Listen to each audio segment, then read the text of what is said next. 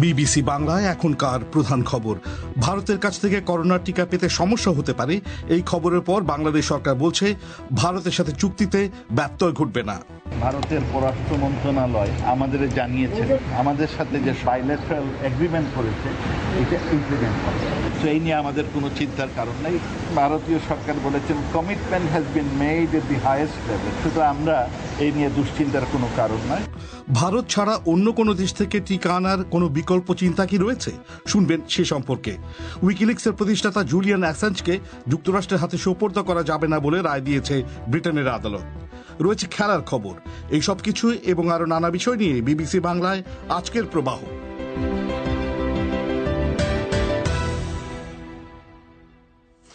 প্রবাহের আজকের আয়োজনে আপনাদের সবাইকে সাদর আমন্ত্রণ জানাচ্ছি। আমি মাসুদ হাসান খান। একটু আগেই যেমনটা শুনছিলেন, ভারতের সেরাম ইনস্টিটিউটকে করোনা ভাইরাস টিকা রপ্তানি করতে দিল্লি সরকার নিষেধাজ্ঞা দিয়েছে।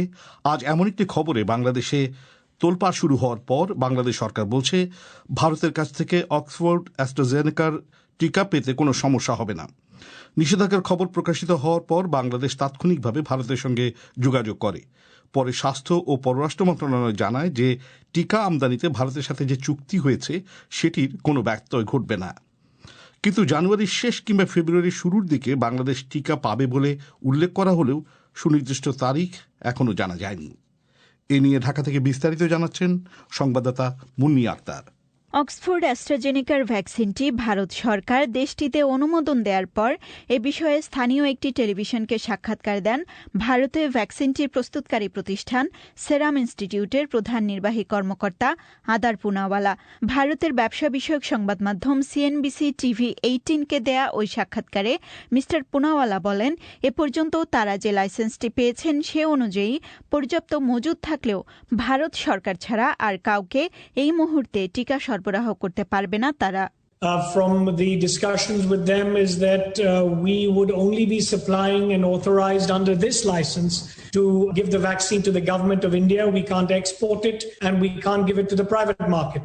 এদিকে সেরাম ইনস্টিটিউট টিকা রপ্তানি করতে পারবে না এমন খবর বাংলাদেশের স্থানীয় সংবাদ মাধ্যমগুলোতে প্রকাশিত হওয়ার পর বাংলাদেশে উদ্বেগ তৈরি হয়।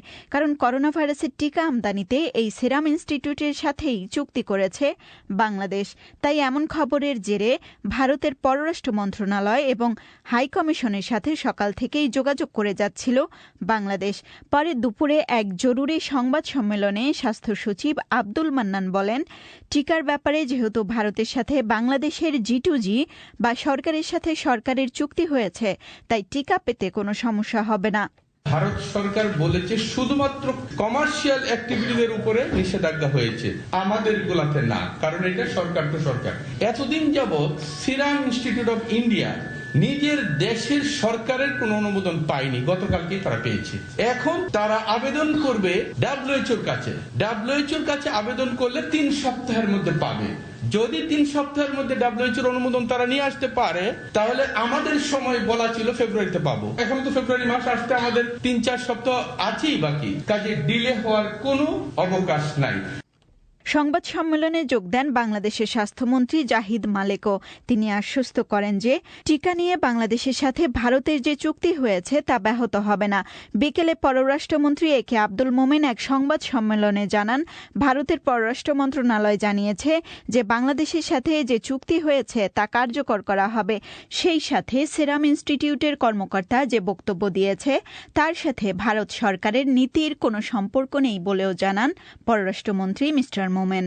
ভারতের পররাষ্ট্র মন্ত্রণালয় আমাদের জানিয়েছে আমাদের সাথে যে বাইলেটারাল এগ্রিমেন্ট করেছে এটা ইমপ্লিমেন্ট হবে। তো এই নিয়ে আমাদের কোনো চিন্তার কারণ নেই। 2 নম্বর, উনি বলেছেন যে সেরাম কোম্পানির সিইও যেটা বক্তব্য দিয়েছেন এইটা ওনার ব্যক্তিগত, এটা ভারত সরকারের কোনো পলিসি না। তিনি বলেছেন ভারতীয় সরকার বলেছেন commitment has been made at the highest level, শুধু আমরা এই নিয়ে দুশ্চিন্তার কোনো কারণ নয়। এদিকে টিকা রপ্তানিতে নিষেধাজ্ঞার বিষয়ে সেরাম ইনস্টিটিউটের জনসংযোগ কর্মকর্তা মায়াঙ্ক সেন দিল্লিতে বিবিসির ইয়োগিতা লিয়ামিকে জানিয়েছেন, টিকা রপ্তানিতে নিষেধাজ্ঞার যে খবর প্রকাশিত হয়েছে তা পুরোপুরি সঠিক নয়, কারণ তাদের টিকা রপ্তানির উপর কোনো নিষেধাজ্ঞা নেই। তবে কবে নাগাদ টিকা বাংলাদেশে আসতে পারে সে বিষয়ে এখনও কোনো সুনির্দিষ্ট তারিখ জানা যায়নি। এ বিষয়ে সেরাম ইনস্টিটিউটের টিকা আমদানিতে চুক্তিবদ্ধ বাংলাদেশি প্রতিষ্ঠান বেক্সিমকো ফার্মাসিউটিক্যালসের chief operating officer Rabbur Reza জানান, বাংলাদেশের ওষুধ প্রশাসন যখন অনুমোদন দেবে তারপর থেকে 1 মাসের মাথায় প্রথম চালান আসবে। সোমবার এ বিষয়ে আবেদন করা হয়েছে বলেও জানান রাব্বুর রেজা। এক্সাক্ট টাইমটা আমি বলতে পারবো না, কিন্তু যেটা হয়েছে আমাদের একটা ক্লজ আছে যে বাংলাদেশ সরকার বা বাংলাদেশের রেগুলেটরি অথরিটি যখন এটা অ্যাপ্রুভাল দিবে তখন থেকে 1 মাসের মধ্যে প্রথম চালানটা আসবে। আমরা আজকে ইনফ্যাক্ট ডকুমেন্টেশন দিয়ে আমরা ফাইনাল অ্যাপ্রুভাল করেছি রেজিস্ট্রেশনের জন্য। এখন ওনারা দেখে এটা যখন অ্যাপ্রুভাল দিবে সেই সময় থেকে আসলে ক্লক স্টার্ট হবে 1 মাসের ক্লকটা। প্রতি মাসে 50 লাখ ডোজ হিসেবে 6 মাসে পুরো 3 কোটি ডোজ টিকা বাংলাদেশকে দেওয়ার কথা রয়েছে সেরাম ইনস্টিটিউটের। শুনছিলেন মুন্নি আক্তারের প্রতিবেদন ঢাকা থেকে। সেরাম ইনস্টিটিউট অফ ইন্ডিয়ার থেকে অক্সফোর্ড অ্যাস্ট্রাজেনেকার টিকা কেনার জন্য বাংলাদেশ সরকার একটি ত্রিপক্ষীয় চুক্তিতে সই করেছিল ডিসেম্বর মাসে। এরপর গত শনিবার অগ্রিম অর্থ ছাড়ের কথা জানিয়েছিল সরকার। এখন এই টিকা পাওয়া নিয়ে নতুন যে পরিস্থিতি তৈরি হয়েছে তাতে করে বিকল্প কি ব্যবস্থা নেওয়া যেতে পারে, এখন সেই প্রশ্নই উঠছে। ভারত ছাড়া বাংলাদেশ আর কোন কোন দেশ থেকে টিকা কেনার ব্যাপারে বিকল্প চিন্তাভাবনা করছে এবং সেগুলো কতটা কার্যকরী হতে পারে জানার চেষ্টা করেছেন ঢাকায় সংবাদদাতা ফারহানা পারভিন। টিকা কেনার জন্য ভারতের সেরাম ইনস্টিটিউটের সাথে বাংলাদেশ সরকার একমাত্র চুক্তি করে। এতদিন সেই দিকেই নজর ছিল সবার। বিকল্প কি ব্যবস্থা হচ্ছে সেটার দিকে নজরই ছিল না, বরং কবে কিভাবে সেরাম ইনস্টিটিউট থেকে বাংলাদেশে আসবে টিকা সেটাই ছিল সবার আগ্রহের বিষয়। কিন্তু সেরাম ইনস্টিটিউট এখন টিকা রপ্তানি করবে না এমন খবরে জরুরি এক সংবাদ সম্মেলন করে বাংলাদেশ স্বাস্থ্য মন্ত্রণালয়। ভারত ছাড়া টিকা আনার বিকল্প কী চিন্তা করছে সরকার এমন প্রশ্ন করা হলে স্বাস্থ্যমন্ত্রী জাহিদ মালিক চীনের একটি প্রতিষ্ঠানের সঙ্গে তাদের কথা হয়েছে বলে জানাচ্ছেন। তিনি বলেন, তবে সেটা সময় সাপেক্ষ ব্যাপার। 2 দিন আগে চীনের অ্যাম্বাসেডর আছেন, উনি আমাদেরকে এই বিষয়ে জানিয়েছেন এবং ওনার কাছে আমি কাগজপত্র চেয়েছি যে আপনাদের যে অন্য ভ্যাকসিনের কথা বলছেন সেই ভ্যাকসিনের কি পর্যায়ে আছে এই বিস্তারিত কাগজ আমাদের কাছে পাঠান। তারপরে আমরা চিন্তা ভাবনা করে অনুমোদন দেওয়ার চেষ্টা করব ট্রায়ালের। মানে ওনারা তো ট্রায়াল পর্যায়ে আছে, দু একটা দেশে ট্রায়াল করেছে, তারা বাংলাদেশে ট্রায়াল করতে চায়। তো ট্রায়াল করার পরে তো সময় নেয়। এই ট্রায়াল প্রসেস আপনারা জানেন একটু দীর্ঘমেয়াদী এবং তারপরে অবজারভেশনে থাকতে হয়। তারপরে ভ্যাকসিনটি তাদের দেশে অনুমোদন হয়, WHO অনুমোদন দেয় এবং আমাদের দেশে অনুমোদন দেয়। এই প্রক্রিয়াটা তো চলমান আছে, একটু সময় নেবে। চীন ছাড়া রাশিয়ার ভ্যাকসিনের ব্যাপারেও দেশটির সাথে আলোচনা হয়েছে বলে মন্ত্রী উল্লেখ করেন, তবে সেটাও ট্রায়ালের পর্যায়ে রয়েছে। সুতরাং সেরাম ইনস্টিটিউটের সঙ্গে যতদূর কাজ এগিয়েছে তার কাছাকাছি যেতে অনেক সময় লাগবে। গবেষকরা বলছেন, একটা দেশ থেকে আরেকটা দেশের টিকা কিনে আনা অনেক জটিল প্রক্রিয়া। নাম প্রকাশ না করার শর্তে একজন বিজ্ঞানী জানাচ্ছেন, বিরাট জনসংখ্যার দেশ ভারত তাদের চাহিদা পূরণ না করে দেশের বাইরে টিকা রপ্তানি করবে না এমন শঙ্কা তাদের আগেই ছিল। স্বাস্থ্য অধিদপ্তরের রোগ নিয়ন্ত্রণ বিভাগের সাবেক পরিচালক বেনজির আহমেদ বলছিলেন, আমরা আগে থেকেই বেশ কিছু সুযোগ হারিয়েছি, তবে এখন কি করা যেতে পারে সে সম্পর্কে তিনি পরামর্শ দিয়েছেন। আমরা আগে থেকেই বেশ কিছু সুযোগ মিস করছি। চায়নার সাথে যদি আমরা ট্রায়ালটায় পার্টিসিপেট করতাম তাহলে আমাদের সুযোগটা একটু বাড়ত।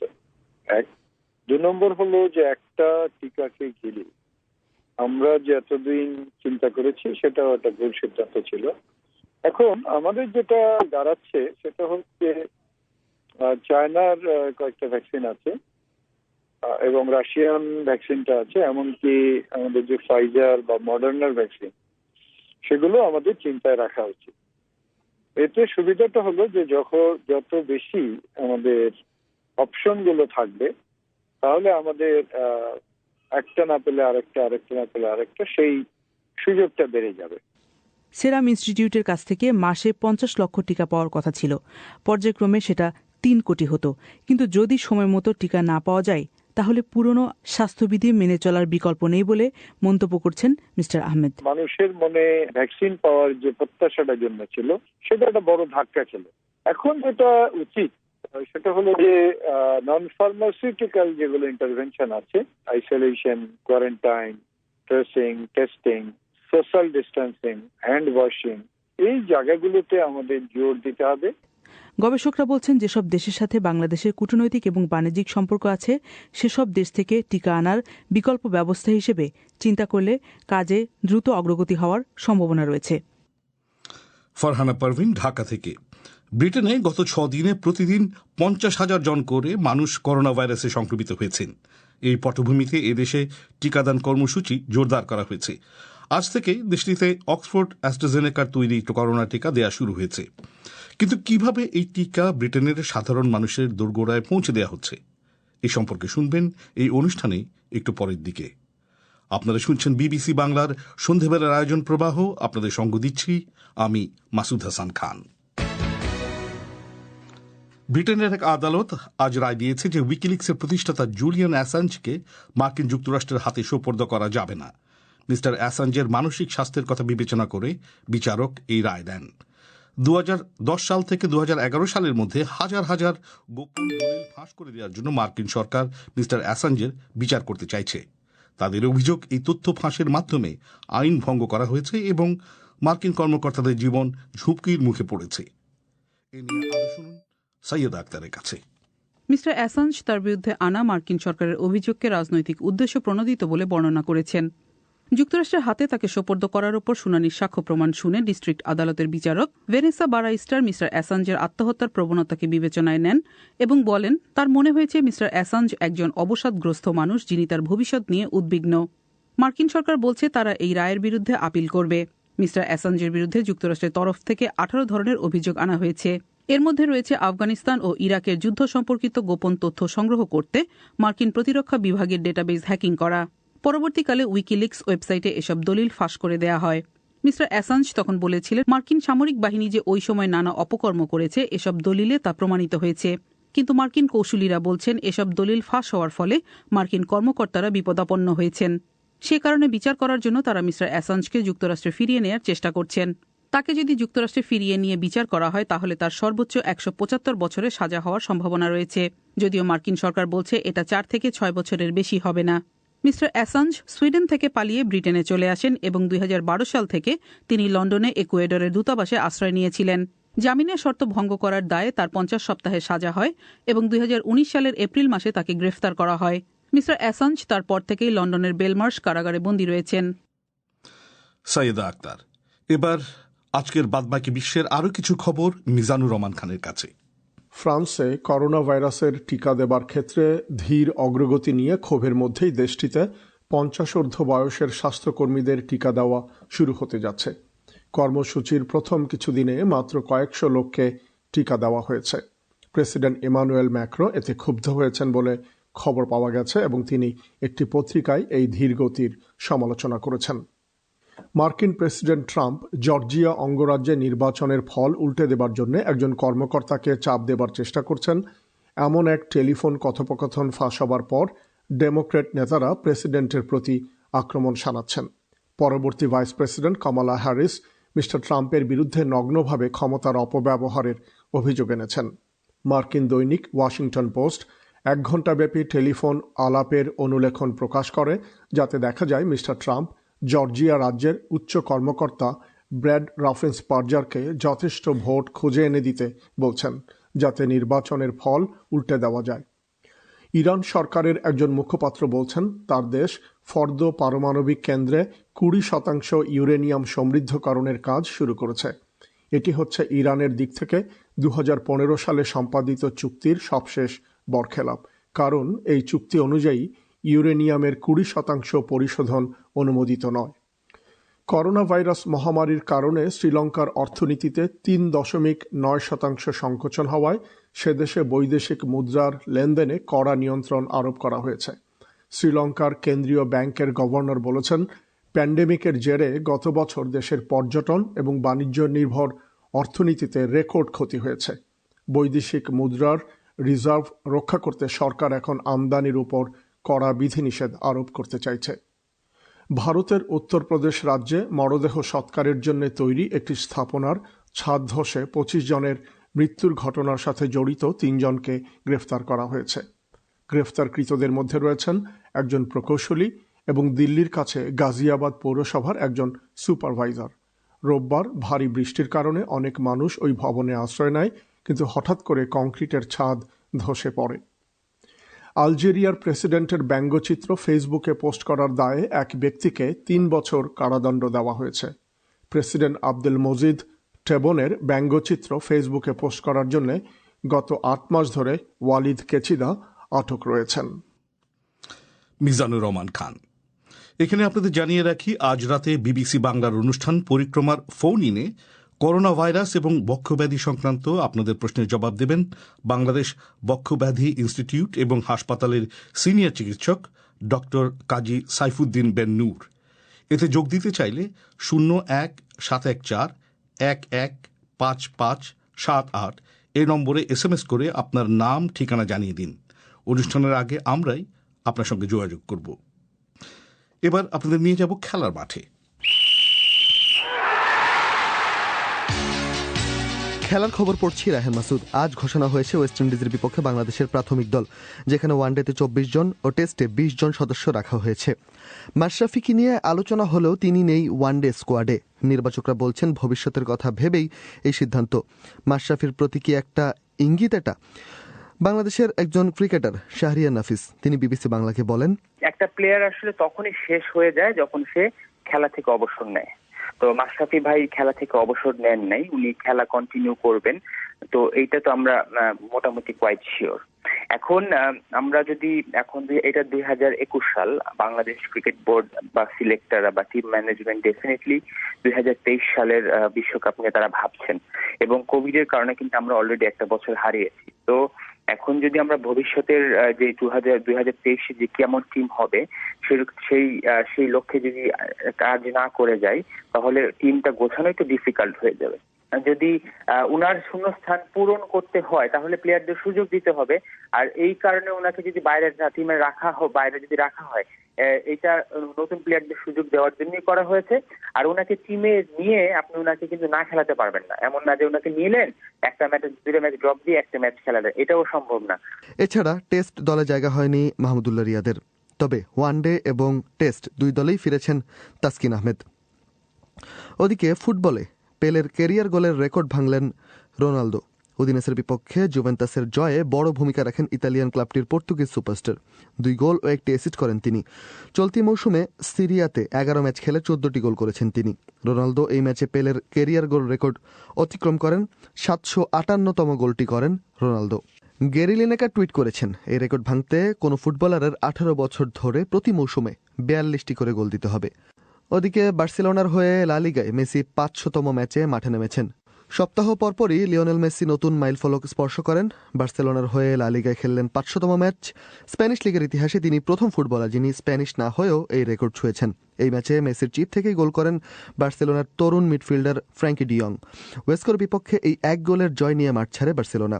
ইংলিশ প্রিমিয়ার লিগে চেলসিকে 3-1 গোলে হারিয়েছে ম্যানচেস্টার সিটি। আজ রাতে মাঠে নামবে সাউদাম্পটন ও লিভারপুল। টানা 3 টেস্টে কেন উইলিয়ামসন সেঞ্চুরি করেছেন। রাহান মাসুদ। ব্রিটেনে করোনা ভাইরাস সংক্রমণ বেড়ে যাওয়ায় টিকাদান কর্মসূচি জোরদার করা হয়েছে এবং আজ থেকে দেশটিতে অক্সফোর্ড অ্যাস্ট্রাজেনেকার তৈরি করোনা টিকাদান শুরু হয়েছে। এর 1 মাস আগে ব্রিটেনে ফাইজার বায়োনটেকের টিকাদান শুরু হয়। করোনার বিরুদ্ধে লড়াইয়ে অক্সফোর্ডের টিকাদান কর্মসূচি শুরুকে এক গুরুত্বপূর্ণ মুহূর্ত বলে বর্ণনা করেছেন ব্রিটিশ স্বাস্থ্যমন্ত্রী ম্যাট হ্যানকক। কিন্তু কিভাবে এই টিকা ব্রিটেনের সাধারণ মানুষের কাছে পৌঁছে দেওয়া হচ্ছে, এই প্রশ্ন আমি করেছিলাম লন্ডনের ইম্পেরিয়াল কলেজের মেডিসিন বিভাগের শিক্ষক ডক্টর মঞ্জুর শওকতকে। গত মাসের 8 তারিখে ফাইজার ভ্যাকসিনটি প্রথম দেওয়া হয় এবং এর আগে যে কাজটি সরকার করেছিল আপনার লজিস্টিক এবং ডিস্ট্রিবিউশনে was a great challenge. Cold chain মেনটেনের মাধ্যমে যেমন এটিকে -70 ডিগ্রিতে স্টোর করে এবং ডিস্ট্রিবিউট করতে হবে, সেক্ষেত্রে যে পুরো ব্রিটেনে প্রায় 50টির মতো হসপিটালে এই যে কোল্ড চেইন মেনটেনের জন্য বা হসপিটালে যে ফ্রিজগুলো আছে এগুলোকে আইডেন্টিফাই করে এগুলোর মাঝে কিভাবে বেলজিয়াম থেকে ভ্যাকসিনটি আসার পরপরই কিভাবে এগুলোকে স্টোর করা যাবে এবং যারা হাই রিস্ক ভালনারেবল যারা আছে তাদেরকে কিভাবে টিকাটি প্রয়োগ করা হবে, এই হিউজ নেটওয়ার্ক আপনার এটি কিন্তু গভর্নমেন্ট ভেরি স্মার্টলি করেছে। এবং এই যে টিকা প্রদান যখন শুরু করেছিল তখন একটি মাথায় ছিল যে আপনার কোন রকম যা সাইড এফেক্ট যদি দেখা দেয় সেক্ষেত্রে যদি ইমিডিয়েটলি কোনো সাইড এফেক্টের আপনার ব্যবস্থা করার জন্য সবকিছুই ব্যবস্থা ছিল। এটি বলছি আমি আপনার ফাইজার ভ্যাকসিনের কথা। আর অক্সফোর্ড ভ্যাকসিন যেটি শুধু গেম চেঞ্জার ব্রিটেনের জন্য না, পুরো ওয়ার্ল্ডের জন্য এই ভ্যাকসিনটিকে আমি বলবো গেম চেঞ্জার। কারণ হচ্ছে যে অক্সফোর্ড ভ্যাকসিনটি হচ্ছে আপনার ওই রকম কোল্ড চেইন মেনটেন করা হবে না, যে কারণে আপনার বাংলাদেশ ও এনি ডেভেলপিং কান্ট্রিজে কিন্তু এটা খুব ইজিলি পৌঁছানো যাবে। আজকে প্রথম টিকাটি দেওয়া হচ্ছে আজকে সকালে, কিন্তু এই টিকা দেওয়ার আগে গত কয়েকদিন ধরে কিন্তু প্রস্তুতি পর্ব চলছিল কিভাবে এফেক্টিভলি আপনার ভ্যাকসিনটা দেওয়া যায়। ধরুন অক্সফোর্ডের ভ্যাকসিনটি এই সপ্তাহে আপনার প্রায় 5 লক্ষর মতো মানুষকে দেয়া হবে। মানুষ যাতে ভ্যাকসিনেট করার জন্য যাতে কোনো ক্ষেত্রে যাতে যারা ভ্যাকসিন প্রয়োগ করবেন সেই স্কিল লোকেরা যাতে না অভাব হয়, সেক্ষেত্রে ব্রিটিশ গভর্নমেন্ট অলরেডি 1500 মতো মিলিটারি পার্সোনালদের ডিফেন্সের লোকজনকে ডিপ্লয় করেছেন যারা এই ভ্যাকসিনটি আপনার মানুষের শরীরে প্রয়োগ করবে। তো 1 মাস হলো ব্রিটেনে এই টিকা দেওয়া হচ্ছে সাধারণ মানুষকে। আপনি বলছিলেন ফাইজার বায়োনটেকের টিকা, এবং এখন আজ থেকে অক্সফোর্ড অ্যাস্ট্রাজেনেকার টিকা দেওয়া শুরু হচ্ছে। তো কারা পাচ্ছেন এই প্রথম দফায়? এখানে সরকার যে প্রায়োরিটি লিস্ট যেটি তৈরি করেছে, অনেকের হয়তো বা মনে আছে সবচেয়ে যে ফাইজার ভ্যাকসিনটি যখন প্রথম প্রয়োগ করা হয়েছিল কেয়ার হোমে যারা বাসিন্দা, বৃদ্ধ যারা কেয়ার হোমে বাস করছেন পরিবারের সাথে না থেকে, যেটা ব্রিটেন একটা কালচার, যখন অতি বয়স্ক হয়ে যায় তারা অনেকে কেয়ার হোমে চলে যায়, এবং কেয়ার হোমের বাসিন্দারা যারা আছে তারাই প্রথম পেয়েছিলেন, এবং তাদেরকে লুক আফটার করার জন্য কেয়ারার যারা আছেন তারাই প্রথম পেয়েছেন। এবং ব্রিটেন এই জিনিসটির মাধ্যমে আসলে যে এক্সাম্পল সেট করেছে এবং ওয়ার্ল্ড ওয়াইড যারা এক্সাম্পলটি ফলো করতে পারে, আসলে মোস্ট ভালনারেবল যারা সবচেয়ে বেশি ঝুঁকিতে আছে তাদেরকে টিকা প্রয়োগ করা হয়েছে। ইভেন কেয়ার হোমের বাসিন্দারা যারা আছে, বৃদ্ধ যারা এবং কেয়ারাররা, তারা কিন্তু NHS এর ডাক্তার নার্সদের আগেও কিন্তু টিকা পেয়েছে। ব্রিটেনে প্রায় 2,20,00,000 লোকের মতো মানুষ যারা আছে তাদেরকে অলরেডি গভর্নমেন্ট আপনার আইডেন্টিফাই করেছে যারা হাই রিস্ক হিসেবে আছে, তাদেরকে প্রায়োরিটি দেওয়া হচ্ছে যে ভ্যাকসিনের ক্ষেত্রে। এবং এর মাঝে যদি একবার করোনা ভাইরাস তারা ইনফেক্টেড হয়ে থাকে, তারাও কিন্তু এই ভ্যাকসিন দ্বারা ভ্যাকসিনেটেড হবেন। সো ভেরি স্ট্রাকচার্ড ওয়ে সরকার কাজ করছে। তো ব্রিটেনের করোনা পরিস্থিতি সংকটটা আরো বাড়ছে প্রতিদিন। আমরা দেখতে পাচ্ছি যে গতকাল রোববার 50,000-এর বেশি কোভিড-19 রোগী শনাক্ত হয়েছে। এর আগে গত টানা 6 দিনে প্রতিদিন 50,000-এর বেশি করে করোনা রোগী শনাক্ত করা হয়েছে। তো এই যে দ্রুত গতিতে এই টিকা মানুষের কাছে পৌঁছে দেওয়া হচ্ছে, এটা কি এর পেছনে একটা কারণ যে সংক্রমণটা আসলে নিয়ন্ত্রণ করা যাচ্ছে না? এটি সত্যি যে এই যে নিউ ভ্যারিয়েন্ট যে কোভিড-19 করোনা ভাইরাসের যে ক্যারেক্টারিস্টিক চেঞ্জ করেছে, এ পর্যন্ত এই ভাইরাসটি আপনার 7-12 মতো তার বৈশিষ্ট্য পরিবর্তন করেছে। এবং যখন থেকে ব্রিটেনে আপনার এই কোভিড-19 করোনা ভাইরাসটি ইনফেকশন গত বছর মার্চে শুরু হয়েছিল, এখন পর্যন্ত প্রায় 1,46,000 মানুষের জিনোম যারা আক্রান্ত হয়েছিল জিনোম সিকোয়েন্সিং করে আসলে ভাইরাসের গতিটি পরিবর্তনের কথা জানার চেষ্টা করছে যে কি পরিবর্তন হচ্ছে। এবং অক্টোবর মাসে যে নিউ ভ্যারিয়েন্ট যে কোভিড-19 করোনা ভাইরাসের তার বৈশিষ্ট্য চেঞ্জ করেছে, এটাকে আইডেন্টিফাই অক্টোবরে হয়ে গেছে। এবং নভেম্বরের শেষ দিকে যখন এই নিউ ভ্যারিয়েন্টটি যখন অনেক আকার ইনফেকশন ছড়াচ্ছিল, তখন কিন্তু গভর্নমেন্ট অনেক বেশি অ্যালার্ট হয়ে গেছিল, এবং এক পর্যায়ে সরকারের secretary of state Matt Hancock বলেছে এটি আর নিয়ন্ত্রণের পর্যায়ে না। আপনারা হয়তোবা মনে করছেন 12ই ডিসেম্বর গত মাসে বলেছিলেন।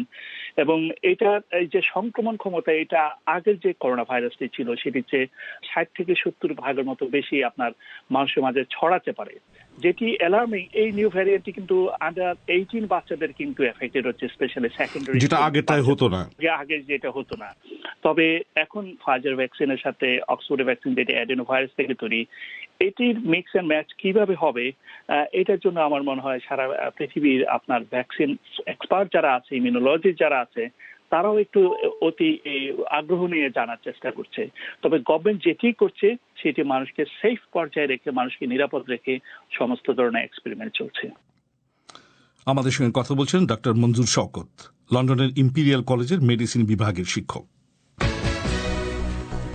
আপনারা বিবিসি বাংলা শুনছেন খুলনায়, চট্টগ্রামে, ঢাকায়। আপনারা যেখানে আছেন বিবিসি বাংলা আপনার সাথেই আছে। এবার আজকের সোশ্যাল মিডিয়ার খবর আফরোজা নীলার কাছে। ধন্যবাদ মাসুদ। সোশ্যাল মিডিয়ায় আজ সবচেয়ে বেশি আলোচনায় আছে ভ্যাকসিনের বিষয়টি, আর এর পাশাপাশি যেসব বিষয় আলোচনায় আছে সেগুলো জানিয়ে দিতেই হাজির হয়েছি আমি আফরোজা নীলা। সঙ্গে আছি আমি রায়হান মাসুদ। সেরাম ইনস্টিটিউটের ভ্যাকসিন যে বিষয়ে আমাদের অনুষ্ঠানে কিছুক্ষণ আগে শুনছিলেন, এটা নিয়ে নানা ধরনের আলোচনা সমালোচনা চলছে। ভারতের সেরামের টিকা পেতে বাংলাদেশের কোনো সমস্যা হবে না, এ নিয়ে পররাষ্ট্রমন্ত্রী যে বক্তব্য দিয়েছেন তাতে অনেক সোশ্যাল মিডিয়া ব্যবহারকারী নিজেদের মতামত তুলে ধরেছেন। কাজী রবিন বিবিসি বাংলার ফেসবুক পাতায় লিখেছেন, ভারতকে বিশ্বাস করা যায় না, পেঁয়াজ নিয়ে কারসাজি করে টিকা নিয়ে করবে না, এটা বিশ্বাসযোগ্য নয়। জুনায়েদ ইভান মন্তব্য করেছেন, ফাইজারের টিকা আনার চেষ্টা করেছে। অনেকে বলবেন কম তাপমাত্রায় ভ্যাকসিন সংরক্ষণ করার সিস্টেম নেই। বাংলাদেশ তো সিঙ্গাপুরের মতো বলা হয়, তাহলে লাস্ট 6 মাসেও কেন তার ব্যবস্থা করতে পারেনি? আর মাসুম রেজার মন্তব্য, ভারতের নিজস্ব তৈরি টিকা আমাদের দিয়ে যে পরীক্ষা করাবে না তার নিশ্চয়তা নিতে হবে আগে। আলামিন হোসেন লিখেছেন, আমার মতে ভারতের এই টিকা না নেওয়াই উচিত। তারা যা তালবাহানা শুরু করেছে তার সহ্য হচ্ছে না। দরকার হলে চীন থেকে আনা উচিত, না হয় নিজ দেশের বায়োটেকের ভ্যাকসিনের জন্য অপেক্ষা করা উচিত। মোহাম্মদ আবদুল্লাহ লিখেছেন, ভারত কেমন বন্ধু তা বাংলাদেশের মানুষ হাড়ে হাড়ে টের পাচ্ছে। সীমান্তে বাংলাদেশের মানুষ হত্যা ওদের নিত্য নৈমিত্তিক কাজ। মনির আলম লিখেছেন, ভারত সরকার টিকা রপ্তানি বন্ধ করলে বাংলাদেশ একটা হোঁচট খাবে, এতে কোনো সন্দেহ নেই। ভারত সরকার ভ্যাকসিনকে রাজনীতির হাতিয়ার হিসেবে নিয়েছে, কিন্তু তাতেও ভারত লাভবান হবে না। বাংলাদেশ তাহলে চীনের দিকে ঝুঁকবে। শেষ পর্যন্ত ভারত টিকা দিতে বাধ্য, যেহেতু চুক্তি করেছে। যুক্তরাজ্য থেকে ফেরত যাত্রীরা 14 দিনের কোয়ারেন্টিনে, এই খবরটিও আছে আলোচনায়। বিভিন্ন সংবাদ মাধ্যমের খবরে জানা যাচ্ছে যে আজ লন্ডন থেকে সিলেটে আসা 42 যাত্রীকে সেখানকার 2 হোটেলে 14 দিনের বাধ্যতামূলক কোয়ারেন্টিনে রাখার ব্যবস্থা করা হয়েছে। আর এই খবরটির নিচে শেখ সাদির প্রশ্ন, যারা 10-15 দিনের জন্য দেশে যাবে জরুরি কাজের জন্য, তারা কিভাবে কাজ করবে? মোহাম্মদ আবু তাহের মাসুম লিখেছেন, তাদের সাথে নেগেটিভ সার্টিফিকেট থাকলে তো আর কোয়ারেন্টিন লাগে না। কাউসার শাহ লিখেছেন, খুব ভালো উদ্যোগ, সহমত জানাচ্ছি, কিন্তু যে সকল দেশে করোনা কম সে সকল দেশ থেকে আসা রেমিটেন্স যোদ্ধাদের যেন হয়রানি না করা হয়। রুমেল হাসান লিখেছেন, গতকাল সাকিব আসছিল, তার কি অবস্থা? আর এর নিচেই মোহাম্মদ আব্দুল হাকিমের মন্তব্য, যুক্তরাষ্ট্র থেকে এসেছে সাকিব, যুক্তরাজ্য থেকে যারা আসবে তাদের কোয়ারেন্টিন 14 দিন বাধ্যতামূলক। এদিকে ক্রিকেটার মাশরাফি বিন মুর্তজাও আছেন আলোচনায়। ওয়েস্ট ইন্ডিজের বিপক্ষে হোম সিরিজের জন্য 24 সদস্যের ওয়ানডে ও টেস্টে 20 সদস্যের প্রাথমিক দল ঘোষণা করেছে বাংলাদেশ ক্রিকেট বোর্ড। ওয়ানডে দলে নেই মাশরাফি বিন মুর্তজা। এর আগে এ নিয়ে চলছিল নানা আলোচনা। খবরটি আসার পর তাই এই সিদ্ধান্তের পক্ষে বিপক্ষে বিভিন্ন মতামত দেখা যাচ্ছে। বিবিসি বাংলার ফেসবুকে এ নিয়ে লিখেছেন গাজী মিজানুর রহমান, মাশরাফি ভালো খেলুক আর মন্দ খেলুক, তার সবচেয়ে বড় যোগ্যতা হলো তিনি পুরো দলকে একসাথে আগলে রাখতে পারেন। তানজিম হোসেন লিখেছেন, এত কিছুর মধ্যেও মাশরাফি খেলে প্রমাণ করে দিয়েছে যে তিনি এমপি হয়ে জনগণের টাকা না মেরে খেলাধুলা করে আয়ের চেষ্টা করছেন এখনো। আর জোসেফ গোমসের মন্তব্য, একজন এমপি হয়ে খেলাধুলা তার শখের জায়গায় থাকা উচিত, কারণ তিনি তার নির্বাচনী এলাকায় সমাজসেবা না করলে তার পদ নিয়ে অসন্তোষ সৃষ্টি হতে পারে।